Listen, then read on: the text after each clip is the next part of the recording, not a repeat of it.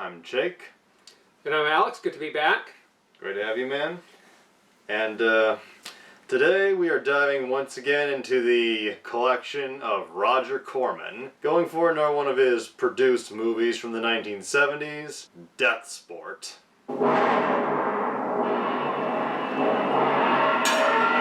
a future war on wheels, fought to strike high-powered death machines with blasters and laser guns. David Carradine conquers the Deathsport. It is quite an interesting selection. I have to say that I don't think I've ever watched a movie quite like this. So.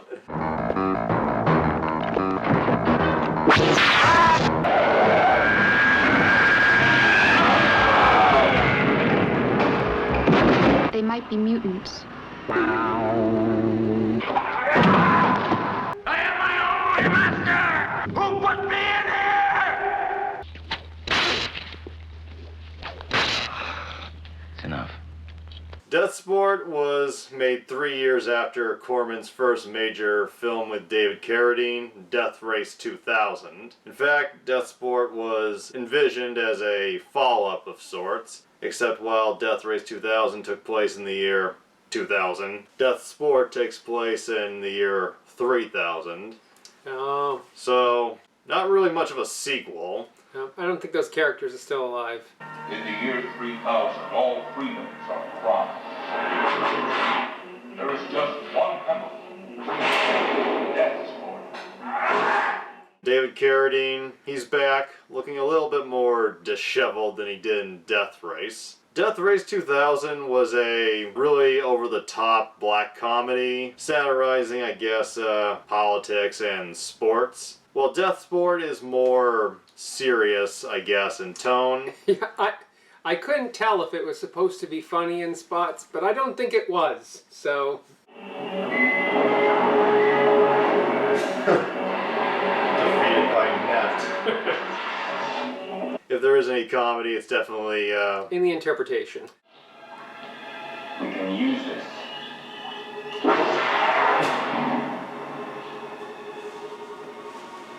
just wasted dinner.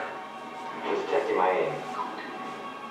Deathsport. I really love this movie. I saw the trailer for it a few years ago on this series of trailers for road race movies. Death Race 2000, Deathsport, Firebird 2015 AD. Just looked really fun, interesting, and then a few years ago, as many films by Roger Corman, it was released as part of this DVD collection of all of his cult classics, and I just really fucking love it. Deathsport, yes, is admittedly campy, very low budget, unintentionally ridiculous at times, but I had a blast watching this the first time many years ago, and I still have a blast when I watch it. Why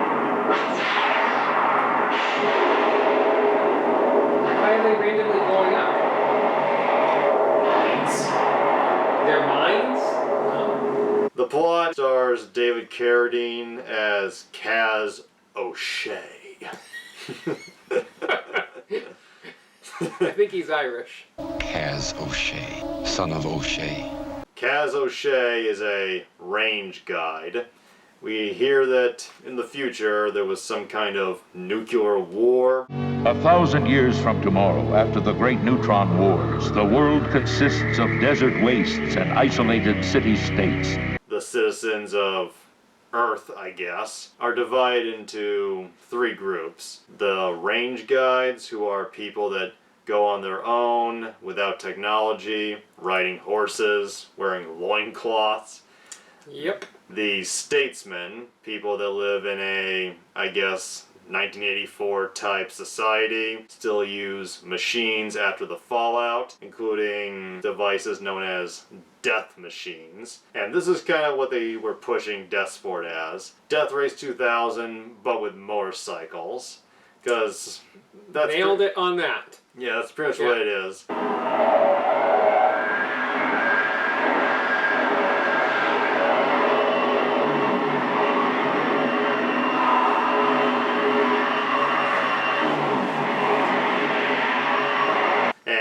Third group of people, I guess you could call them, are the cannibal mutants. Well, you have the other city-state there, right? Trident? I guess. Would that be a different group, or? It's hard to say. Yeah. Seems like they're not on the same side as the main villain city, but they're more friendly with the guides. It's a little unclear, but yeah, we get these three main groups: people that still work with technology, Yeah. people that don't, and then inbred mutants who live in the hills. Very bone tomahawk there. Right down to the setting, I think, may have been almost the same set. Could pass for the same set. I have to say, I thought the shots that involved the city-states were pretty good. You did really get the sense that they were futuristic cities. The two of them, they're the separate two. They all remain inside the compound. The gas chambers are ready. We're being ready now, my lord. Kaz O'Shea, along with Yes, O'Shea. Sorry.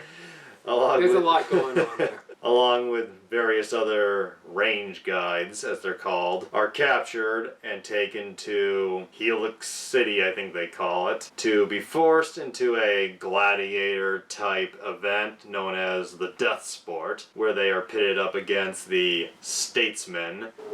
Do you know what the Deathsport is? Zapola has abolished the death penalty. Condemned criminals now fight each other in death sport. The guides are given their swords, which clearly are plastic. Crystal. Whispers. But whistlers, yes.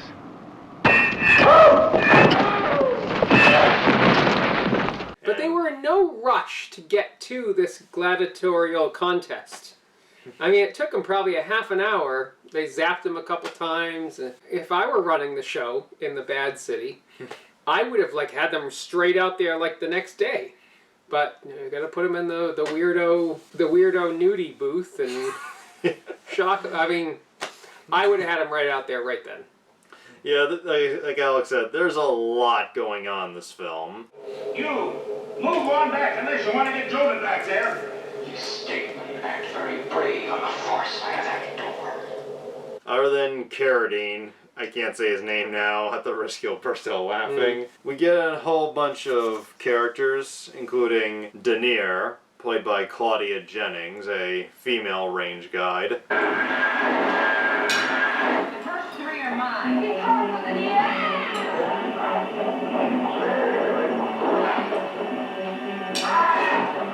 These two characters, they are the leads of the film. We are you, Miss Freedom.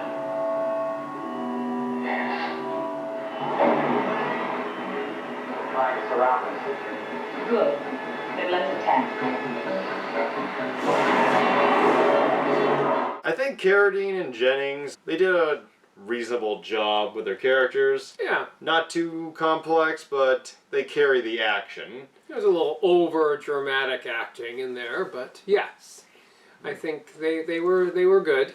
And they're barely dressed throughout the film. And, well, it's the 70s. It's an exploitation film. For sure. And Roger Corman is a firm believer in nudity sells.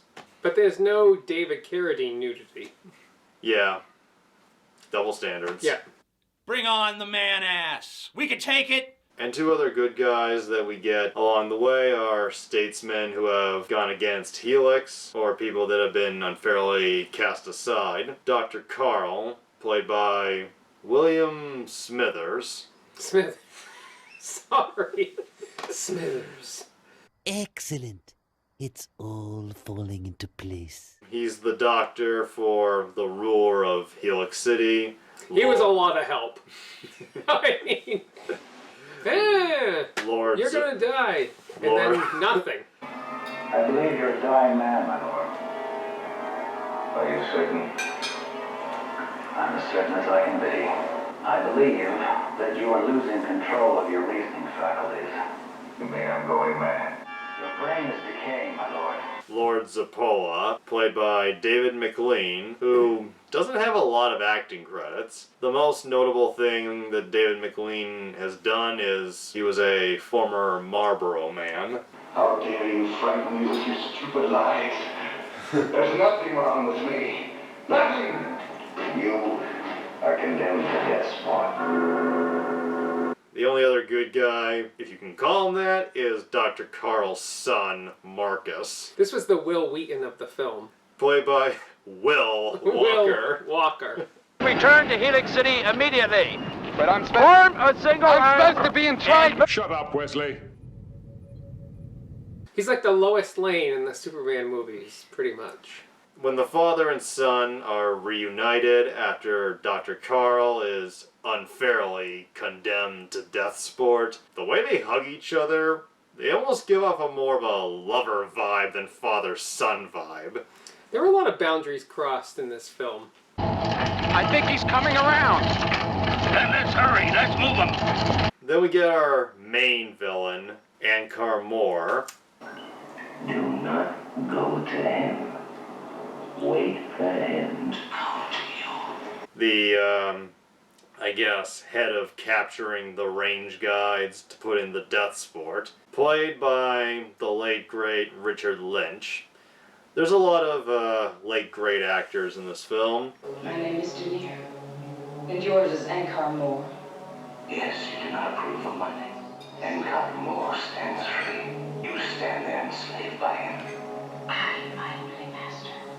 Richard Lynch, of everybody, I think he is the best actor in this film. He plays a real menacing bad guy, but he carries it with a certain amount of dignity you wouldn't expect in a film like this. Mm-hmm. I've seen him in a bunch of other stuff where he played bad guys, like Nazis. Mm-hmm. Oh, that would definitely fit.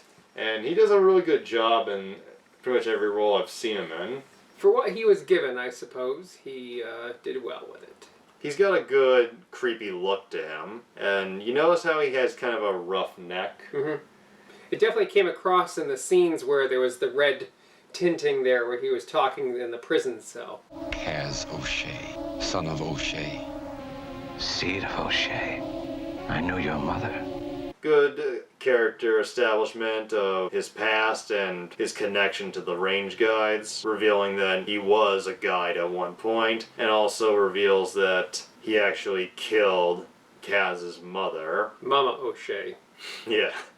They keep talking about how Mother O'Shea was the most powerful guide. The most powerful guide of all was a female, my lord. Defeated by Ankar Moore. She gave you your disgrace, Ankar Moore. My dishonor is your fantasy. He and Kaz have many face-off moments. I call the code. You must fight me. I live by no code. Truly, I am my only master. Getting back to what I said about him having a visibly rough, scarred neck, that's actually from an accident that happened to Lynch many years before. In the 60s, he dropped acid, and while high, he accidentally set himself on fire. Well, that's a PSA to all you kids out there. Don't drop acid and set yourself on fire. The first half of the film is the guides captured, and we see that the guides apparently speak in nothing but philosophical bullshit. Like sand in the wind, keep moving. He who has no code is none. You statemen who do not even know how to live with your word can never have the knowledge to know peace. Like a candle. Men must... Oh, jeez. And apparently the guides have a psychic connection or something. Like, they can see the past and future. It's just, You think they would have used it more often? Just a thing that they can do, apparently. Hey, explanation? Who needs it? Magic! We're gonna get shocked in 30 seconds. We should probably hunker down. We will break together. Yes, Kaz O'Shea.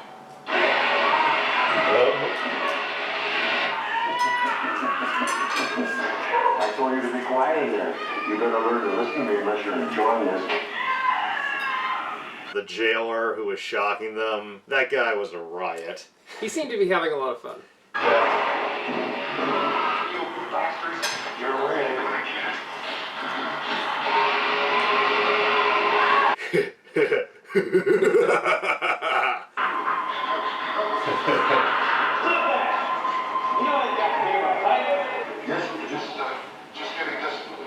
Giving discipline. Stanley Milgram. The scene where the son appears and I guess that is somewhat like he distracted the guards long enough for Kaz to get the weapons. With a flick of his hair.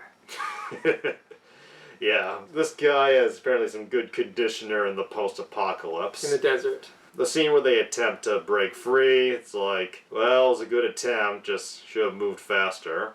You still believe you are your only master, Gazoshan? The taste of slavery may make the difference. And then we get the really bizarre torture scene with Claudia Jennings, where she's thrown in naked to a room full of Christmas lights and tubes. Yep. And then, with the flick of a switch, it shocks her every time she touches them. Christmas lights. Nope.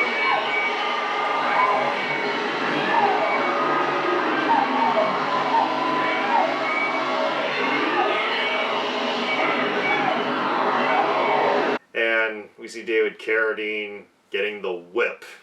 That actually looked pretty painful.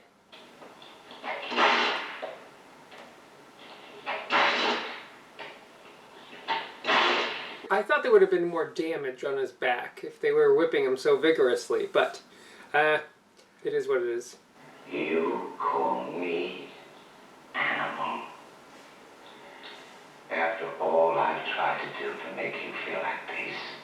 I get the feeling whoever made this movie was a sadist. Yes. And I get off on the pain I inflict. And then we see that next to having a psychic connection, the guides can also heal body wounds.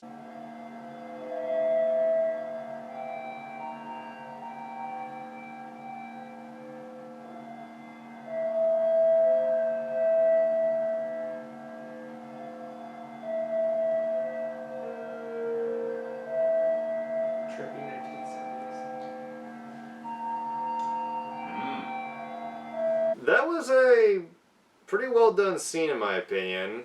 Like the way they filmed it, edited, and the effect of her cleaning the wound off, I think, is actually a pretty decent effect. Mm-hmm. The music in this film was done by a guy named Andy Stein, who had composed many of Corman's movies, and credited in the opening credits as in charge of doing the guitar for the music score is Jerry fucking Garcia of the Grateful Dead.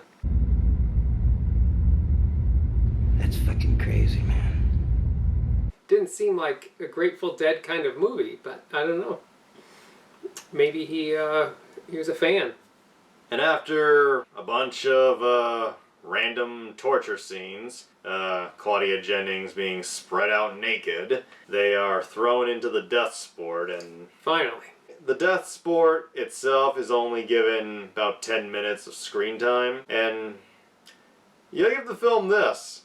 There were some really well done stunts performed in this film, along with a huge and pretty incredible amount of pyrotechnics. Yeah, how much did you say that the budget was, or have you gotten to that yet? The budget for this film was allegedly only $150,000.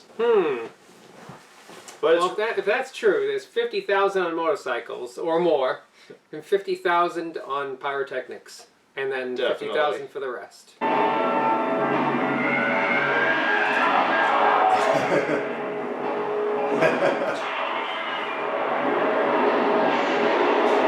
Random explosion? Yes. Why did they explode?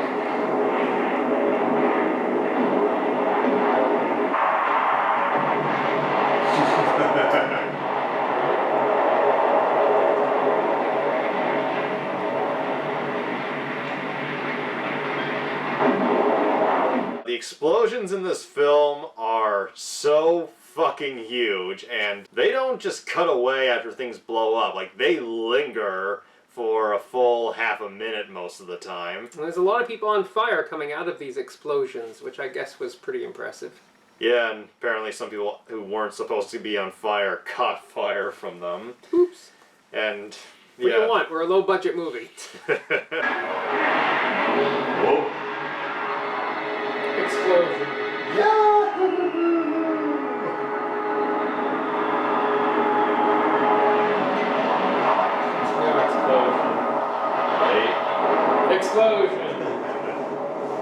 got motorcycles blowing up, we got tunnels blowing up, we got dick-shaped buildings going up in the air. There is so much fire that I'm pretty sure somewhere at the time this movie came out, 13-year-old Michael Bay orgasmed.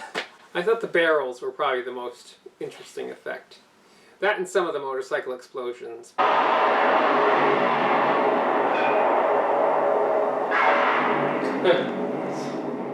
I couldn't keep track of how many motorcycles they crashed.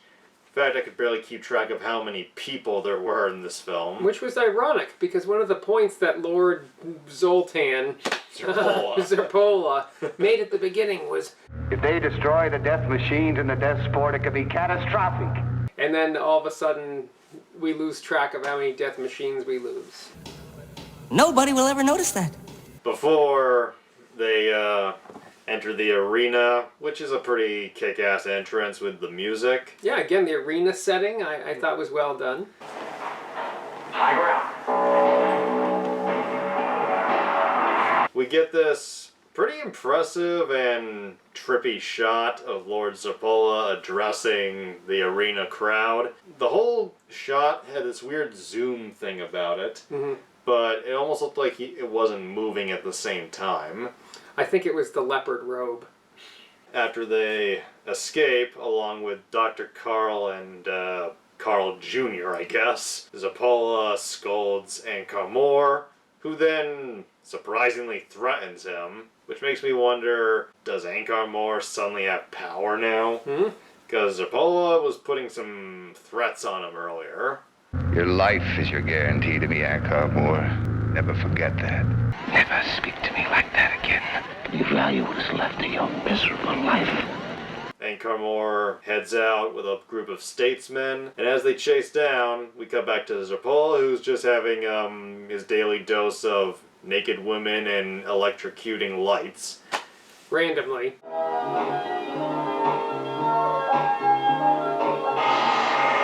I don't understand.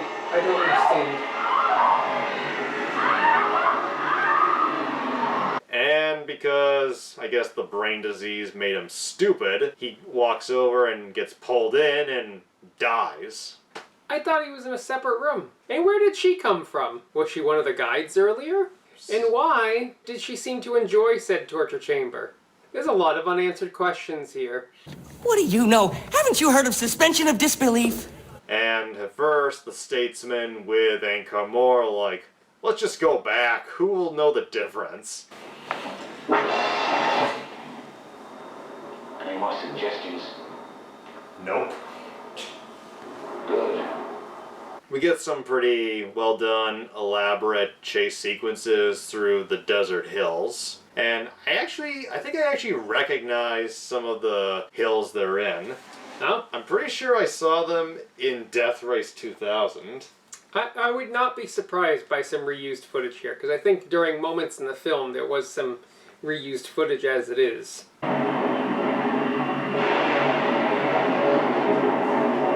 the Millennium Falcon flying over? You are right, they do a lot of cutting with certain shots, particularly in that scene where they're driving through the oil fuel refinery. And from 5 different angles.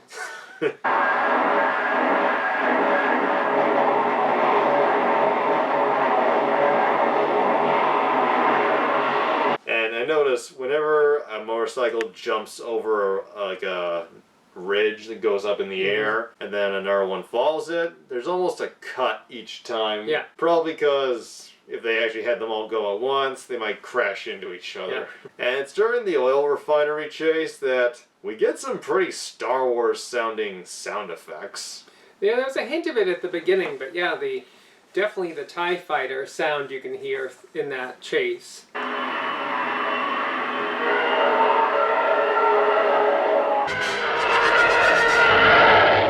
I don't know if those were stock sound effects or they stole from Star Wars. Yeah, because this would be right in the heart of Star Wars, so... Yeah, it came out 1 year after Star Wars. It is kind of interesting. Did they forget to copyright these sounds, or...? I guess. Although anything was an improvement with...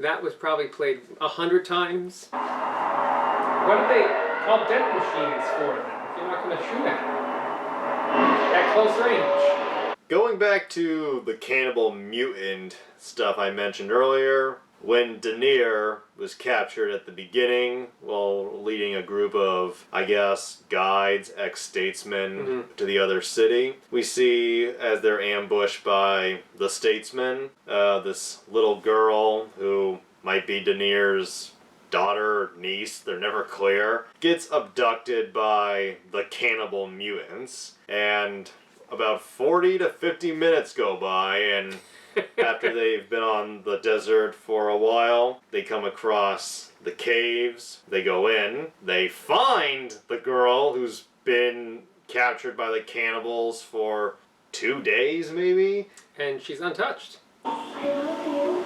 I love you too. They would have eaten her the first day. We have a very long way to go. Well, people in bone and tomahawk survived. Sure. The part that gets me on this one is, given maybe 30 seconds with Doc McStuffin's son there, the one with the hair, they're chewing out his leg within like 30 seconds. And they had her for 2 days, and not a... I don't know. We want to talk about the mutants here, or... Yeah, let's talk about the mutants. Out of everything in Deathsport, this is by far the goofiest thing. Is this the dark humor part? Is this where... Does it become self-aware here? This is clearly a case of they didn't have a budget to really make them look grotesque. Because all they get are like pointy teeth, which you can barely see, and toy eyes, I guess, from some kid's store. Joke shop or something, I don't know. Yeah, like, boop! It looks kind of like the alien eyes from Killers from Space, this 50s sci-fi movie. And they give him like this mossy net clothing, so fishnet clothing. Which is perfect for setting them on fire later. Yeah. They're more fearsome than death machines.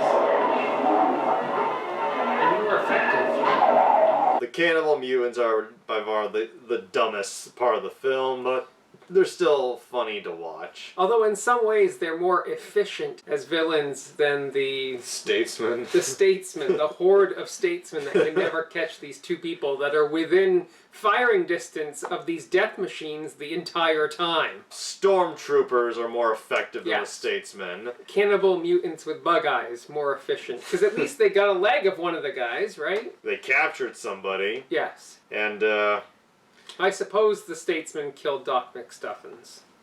Whatever his real name is. Dr. Carl. Dr. Carl.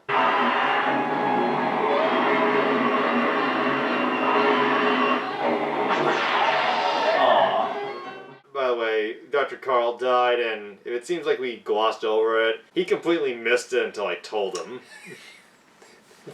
There's lots of motorcycles in the air. Marcus, your father died bravely. His dad died? And then they separate. Kaz leads the statesman on the chase. They'll eventually go to the refinery. Denier, the little girl, and Marcus make it to Triton City. And when they arrive, Denier proclaims, "We made it?" Yes. Just as I said we would. She did say they would make it, but I'm like, could you sound any more fucking arrogant? Wishful thinking. Anchor Moore accepts that they will not come out of this victorious, so he tells... The last remaining alive statesman, played by Jesse Vint, another Corman regular, to just go home. Oh, thanks, boss. Man is like a candle. He must radiate life by burning himself.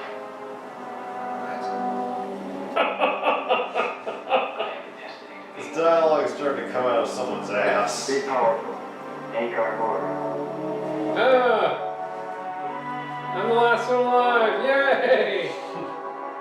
And then Anchor Moore and Kaz O'Shea finally come face to face. Anchor Moore in all black, Kaz in all white. Good versus evil.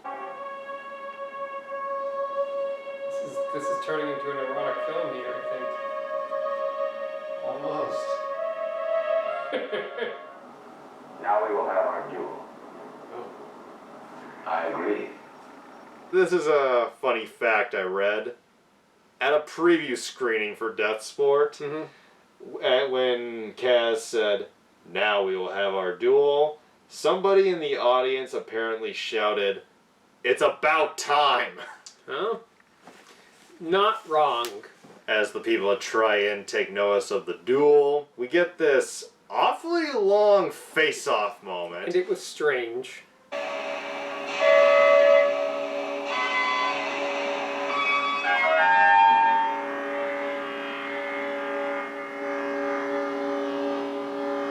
While the fight's not very long, give it this. It is pretty well choreographed. David Carradine, while not a kung fu master, as his old TV show lead you to believe, was pretty skilled and acrobatic. I'll agree with that, yep. And Richard Lynch does a good job keeping up with him. Somebody's working overtime on the Casio keyboard here.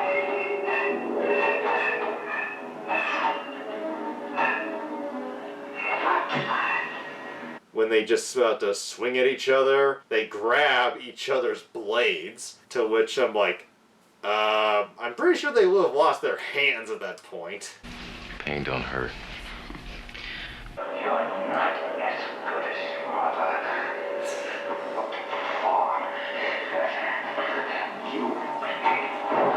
And then... Oh!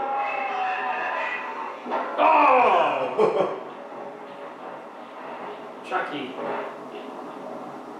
We get a nice little tumble head shot. Which the kid gets to see later. Yeah, the body's just laying there, ass up in case anybody's interested. And the guides who don't like technology just leave the death machines behind. They may be useful. You may want to take them home. They hop on horses, Kaz being Dalmatian-assed, and they just ride off into the sunset. And that's where it ends. Where their union is now permanent. Our union is limited. I agree. Guides are fiercely independent. They don't believe in forming permanent relationships. Our union is limited means let's get together to do something now. But when we're finished, each is on his own again. I guess Kaz, Denier, they think each other's special because they stay together and I guess they have a kid now. Oh. That's all I need! I repeat, Deathsport is a very campy movie. Yes. It is exploitive, gets a bit gratuitous, but I love it. I love just about every minute of this film. I watch this movie and I don't enjoy it in a ironic sense. I genuinely have a blast watching it. I like the action, and as forced as some of the acting is, it fits the overall film pretty well. There's a lot going on there. One thing I do have to give the movie credit for is I think they were ahead of their time with this envisioning of a dystopian society, which is all the rage now. And I think they pretty much nailed it here. So, I mean, this could be every movie made in the last 10 years. Very Hunger Games-esque. The film has two directors, Nichiphor and Allan Arkush. Nicholas was a USC film student, recently graduated, and people working for Corman were fans of his short films. They offered him to come on board after many people had attempted to write a script, but Corman wasn't satisfied. Fun fact, the film's co-writer, Donald Stewart, would later go on to win an Academy Award for co-writing the Costa Gavras movie Missing. Nicholas described filming the movie as very difficult, and many people described him as being difficult as well. People said he was very paranoid, very nervous, and a big thing that led to him not getting along or just having a hard time, David Carradine was smoking a lot of pot during filming. And Claudia Jennings, she was struggling with alcoholism and cocaine abuse at the time. It's not quite as obvious with her, but yeah, his two leads were high all the time. No, that explains a lot. It got so bad that he had to have Jennings removed from the set at one point. And it's alleged that Nicholas attacked her because she was getting so out of hand, which resulted in Carradine attacking him. Corman kept telling him, "You have to finish it, or I'll replace you with Allan Arkush." But Nicholas, he just had enough, and he left pretty much before the action type stuff could be filmed, which is when Allan Arkush came in. Allan Arkush, he's had not huge but reasonable success as a director. Before Deathsport, he directed Hollywood Boulevard with Joe Dante, the director of Gremlins. The two of them got their start working on editing trailers for Roger Corman. He did his best, as he put it, but he thinks he couldn't save the film with everybody high and just disorganized. I think it's a safe bet. Arkush later called Deathsport the most embarrassing film of his career, to which I'm like, really? Says the director of Caddyshack 2. What a disappointment you are. But Arkush has had a pretty successful career in television, directing dozens and dozens of episodes for successful TV shows, as well as many TV movies, including the 2001 miniseries The Temptations, which Arkush won an Emmy for. And with all that craziness from the directors and the actors that I just mentioned, this film was written and shot, apparently, all within 6 weeks. With all that drama going on, that's a rough 6 weeks. Yeah. I mean, Jesus. Is it all worth it? It is when it works. The film was not a box office success, even with a $150,000 budget. I think it made its money back, but it underperformed to the point that a third Death film was scrapped. Robbed. Would have been titled Death World, apparently. No, we were robbed. Got just 2 words to say about that. Bullshit! Any final thoughts? No, there's a lot going on there. I enjoyed it on the campy, ironic side. It's definitely a movie that you should check out at some point. I agree. On the 10-star scale, I give it a 7.8. Just from the sheer enjoyment I get out of it. I'm going to go a 5.6. How about that? That's decent. Yep. A lot better than the 4 out of 10 it has on IMDb. Yeah. I don't think it's that bad. You have to appreciate it on a lot of different levels. On a technical level, independent level.